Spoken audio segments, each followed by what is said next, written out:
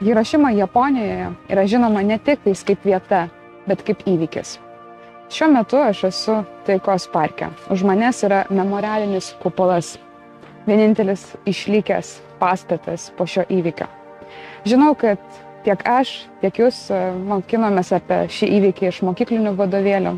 Žiūrėjome ne vieną filmą, bet būti čia ir matyti tai yra visiškai kas kitko.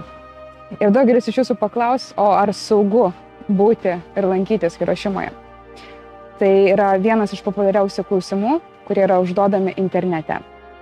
Taigi 1945 metais, rugpjūčio 6 dieną, 15 kilotonų atominė galvutė buvo numesta ant Hirošimos miesto. Tai yra viena iš 2 vietų pasaulyje, kuri patyrė šią nežmogišką, nenupasakojamą branduolinio